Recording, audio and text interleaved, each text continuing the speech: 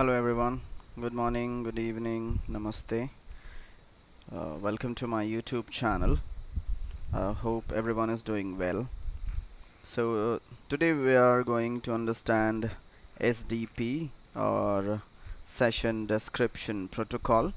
So this SDP or Session Description Protocol is a protocol to convey the media related parameters or information to the other party which will take part in media negotiation.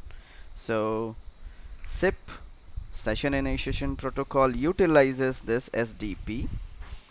So just remember, this SDP is a completely separate protocol.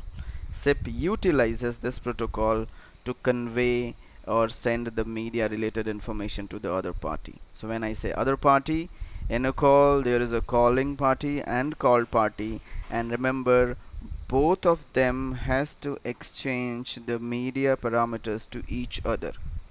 So calling party will send its media parameter to the called party, and it will use the SDP, Session Description Protocol, to send its media related information to the called party, and the called party will send its media related information to the calling party in a SIP message using this SDP or Session Description Protocol. So what this media or parameters, what this SDP contains?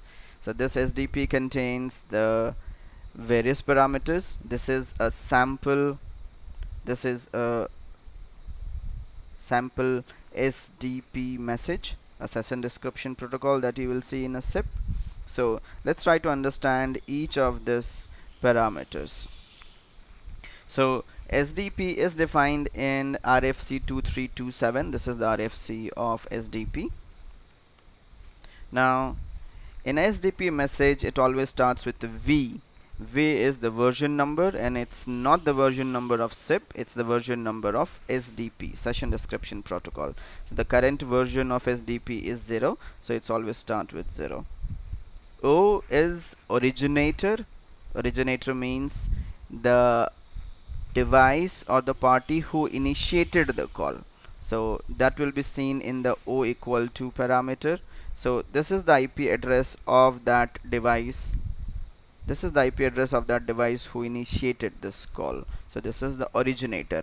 Remember, this is just the originator, not the party who will take part in media parameter. It can be same, but it can be different as well in both of in originator and the party who will take part in media negotiation or the RTP establishment. S refers to a SIP call. C is very important. C means connection element. So this C contains the IP address of the party where the RTP has to be established. So in a call flow where you have a two IP phones registered in call manager, so if this SDP is being sent by the calling party, this will be the IP address of the first phone or the calling phone. Okay, so this IP would be used for RTP establishment in a call flow, remember. T is time. It denotes the start time and stop time of a session. So 0 0 0 represents the start time, the second 0 represents the stop time. M represents the media parameter, and all of this have a different meaning. This audio means it's an audio call. This is a RTP port, this 18101, and there can be other numbers which have a different meaning.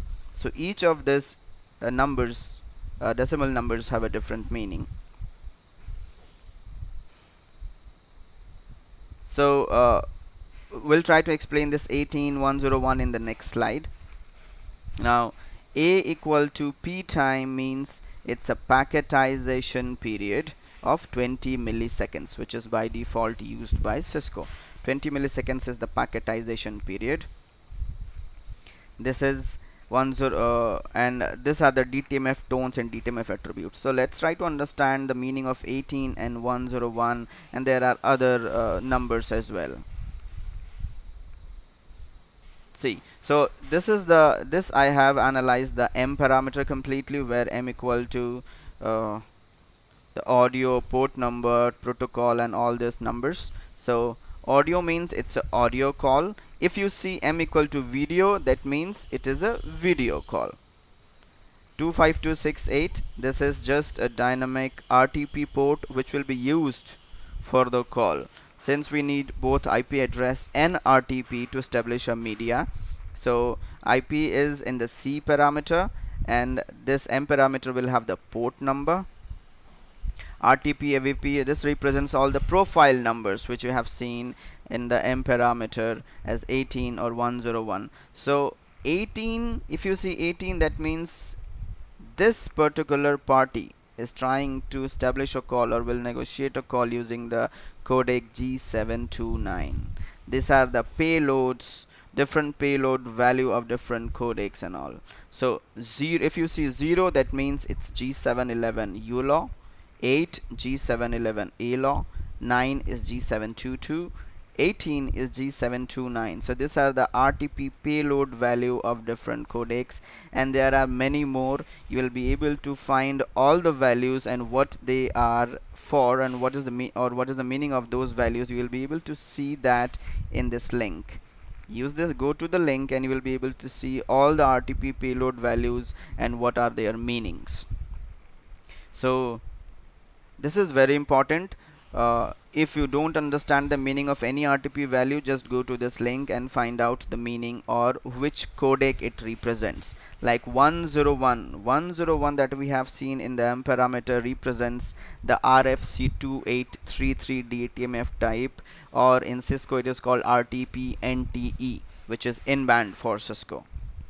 So this 101 means 101 is the payload type for RTP NTE, in-band DTMF type. So this is very important. M parameter C is very important because it will tell you the IP address which will be used in RTP establishment of one party. The other party will also send its IP address with a different IP address of the called party to the calling party. So this is it in SDP. This is very important.